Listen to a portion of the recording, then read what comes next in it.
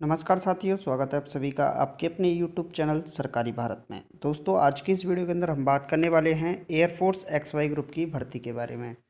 Air force x Y group के अगर आप स्टूडेंट हैं और एयरफोर्स एक्स वाई ग्रुप का पेपर देने जा रहे हैं या पेपर दे के आए हैं या पेपर देने जाएंगे, तो आप सभी को बता दूं, आज है 13 जुलाई 2021, जिसमें थर्ड शिफ्ट का पेपर एयरफोर्स का एक्स वाई ग्रुप का हुआ है, जिसके अंदर मैथ के क्वेश्चन, जीके के क्वेश्चन, इंग्लिश के क्वेश्चन, फिजिक्स के क्वेश्चन और रीजनिंग के क्वेश्चंस एग्जामिनेशन में पूछे गए हैं।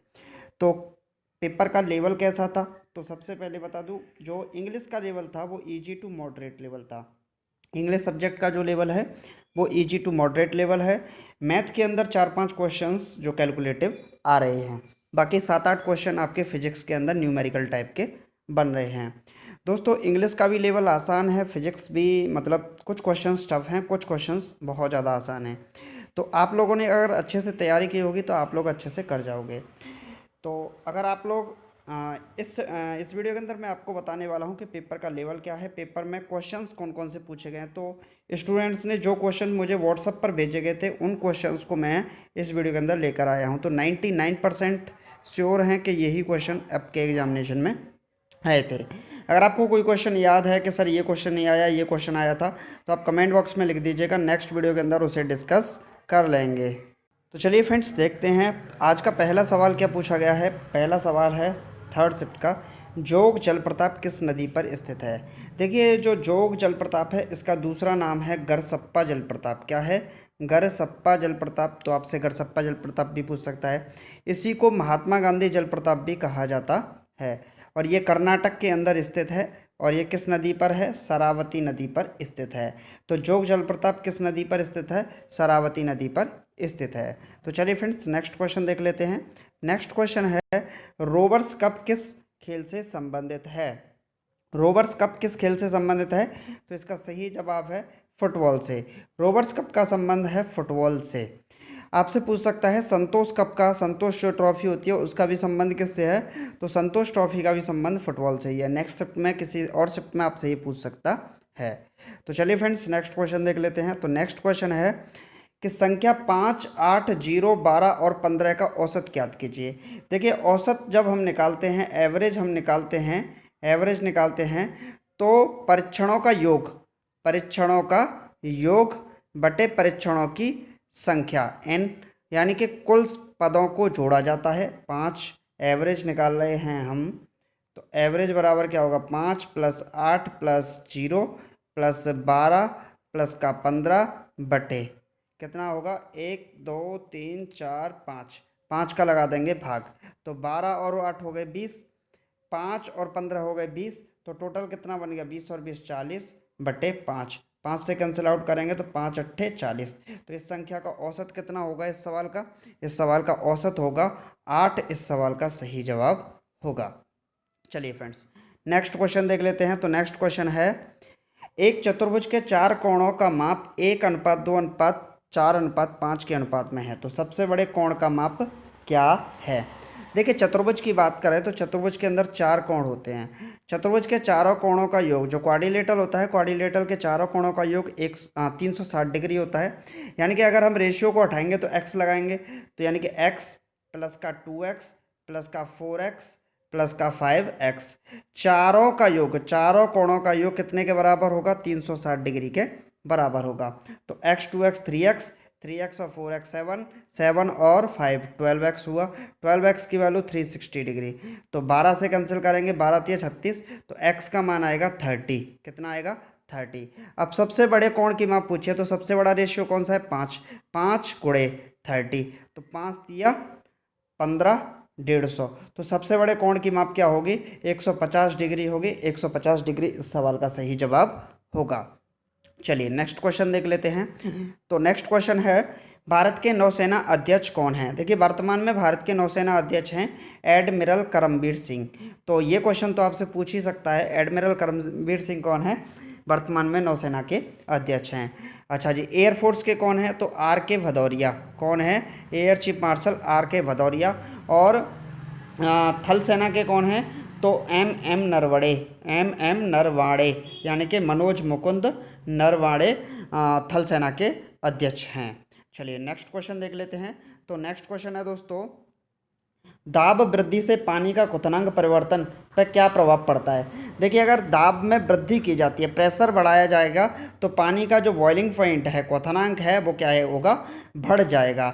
अगर दाब को कम किया जाएगा तो बॉइलिंग पॉइंट क्या होगा, कम होगा। चलिए नेक्स्ट क्वेश्चन देख लेते हैं। तो नेक्स्ट क्वेश्चन है, स्वच्छ आकाश नीला दिखाई देता है क्यों। देखिए कितना आसान सा सवाल पूछा गया है, स्वच्छ आकाश नीला दिखाई देता है क्यों। तो इसका सही जवाब है प्रकाश के प्रकीर्णन के कारण। स्कैटरिंग ऑफ लाइट, प्रकाश के प्रकीर्णन के कारण स्वच्छ आकाश नीला दिखाई देता है। चलिए फ्रेंड्स नेक्स्ट क्वेश्चन देख लेते हैं। तो नेक्स्ट क्वेश्चन है, उड़ीसा में जो चक्रवाती तूफान आया था उसका नाम क्या था। देखिए उड़ीसा में जो चक्रवाती तूफान आया था वो आया था फैनी। क्या आया था, फैनी आया था। और इसके बाद कौन सा आया था, इसके बाद आया था निसर्ग। कौन सा आया था, निसर्ग। और अभी हाल ही में आया था कौन सा, तोकाते। तोकाते, ये हाल ही में आया था। चलिए नेक्स्ट क्वेश्चन देख लेते हैं। तो नेक्स्ट क्वेश्चन है, डीबीएमएस की फुल फॉर्म क्या है। एक क्वेश्चन फुल फॉर्म से रिलेटेड पूछ ही रहा है हर शिफ्ट में। तो डीबीएमएस की फुल फॉर्म होती है डाटाबेस मैनेजमेंट सिस्टम। क्या होती है, डाटाबेस मैनेजमेंट सिस्टम डीबीएमएस की फुल फॉर्म है। चलिए नेक्स्ट क्वेश्चन देख लेते हैं। तो नेक्स्ट क्वेश्चन है दोस्तों, हर्षवर्धन के समय कौन सा चीनी यात्री भारत आया था। हर्षवर्धन के समय पे कौन सा चीनी यात्री भारत आया था। तो हर्षवर्धन के समय पर आया था हेनसांग। कौन आया था, हर्षवर्धन के समय पर जो चीनी यात्री था वो कौन आया था, हेनसांग भारत आया था। चंद्रगुप्त मौर्य के शासनकाल में कौन आया था। तो चंद्रगुप्त मौर्य के शासनकाल में मेगस्थनीज आया था। किसी और शिफ्ट में आपसे ये पूछ सकता है। और सम्राट अशोक के शासनकाल में कौन आया था। तो ये आया था डियामिकस। डियामियाकस, कौन आया था, डियामिकस। ठीक। और बिंदुसार के शासनकाल में कौन आया था। चलिए ये इस क्वेश्चन का आंसर आप लोग कमेंट बॉक्स में बताइएगा। ठीक है,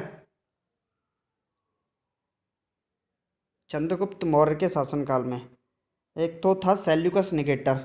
तो मेगस्थनीज बिंदुसार के, एक बार चेक करिएगा मेगस्थनीज वाली को। ठीक है, आप लोग बताइएगा कमेंट बॉक्स में, थोड़ा सा कन्फ्यूजन। चलिए नेक्स्ट क्वेश्चन है, राज्यसभा का कार्यकाल कितने वर्ष का होता है। तो राज्यसभा का कार्यकाल है 6 वर्ष का। कितने वर्ष का होता है, 6 वर्ष का कार्यकाल है राज्यसभा का। चलिए नेक्स्ट क्वेश्चन देख लेते हैं दोस्तों। नेक्स्ट क्वेश्चन है, कोनेरू हम्पी किस खेल से संबंधित है। कोनेरू हम्पी का संबंध किस खेल से है। तो कोनेरू हम्पी का संबंध है शतरंज खेल से। किस खेल से संबंधित है, चेस। चेस से संबंधित हैं कौन, कोनेरू हम्पी। चलिए, विजयनगर के साम्राज्य की राजधानी थी, विजयनगर साम्राज्य की राजधानी क्या थी, हम्पी थी। जो पर कहाँ पर थी, कर्नाटक में। क्या, कर्नाटक में। तो ये क्वेश्चन आपसे पूछ सकता है। चलिए नेक्स्ट क्वेश्चन देख लेते हैं। नेक्स्ट क्वेश्चन है, मैकमोहन रेखा कहाँ स्थित है। मैकमोहन रेखा, देखिए जो मैकमोहन रेखा है ये भारत और चीन के मध्य स्थित है। कहाँ पर, भारत और चीन के बीच में स्थित है मैकमोहन रेखा। और एक है रेड क्लिफ रेखा। कौन सी है, रेड क्लिफ रेखा। रेड क्लिफ रेखा ये भारत और पाकिस्तान के बीच में स्थित है। कहाँ पर, भारत और पाकिस्तान के बीच में स्थित है रेड क्लिफ रेखा। चलिए नेक्स्ट क्वेश्चन देख लेते हैं। तो नेक्स्ट क्वेश्चन रीजनिंग का है, सीरीज वाला क्वेश्चन है। नेक्स्ट टर्म क्या होगा, 3 के बाद आया 15, 15 के बाद 35, 35 से 63, 63 से 99, फिर इसमें कौन सा टर्म आएगा। अगर यहाँ पर एडिंग सिस्टम से देखें तो एडिंग सिस्टम से बनेगा ये 3 और 15 के बीच में 12 का डिफरेंस है, 15 और 35 के बीच में 20 का डिफरेंस है, 35 और 63 के बीच में कितने का डिफरेंस है। तो ये डिफरेंस है 25 और 3 28 का डिफरेंस है। 63 और 99 तो 8, इसके बीच में डिफरेंस है। 99 में से 63 गया तो 6, 3 36 का डिफरेंस है। तो आप यहाँ पर देखेंगे 12 के 8 20, 20 8 28, 28 और 8 36, 36 और 8 कितना होगा, 44। यानी कि आपको क्या करना है, आंसर लाने के लिए 99 में 44 को जोड़ना पड़ेगा। तो कितना होगा, 143 होगा। तो इसका सही जवाब क्या होगा, यहाँ पर 143 इस सवाल का सही जवाब होगा। चलिए नेक्स्ट क्वेश्चन देख लेते हैं।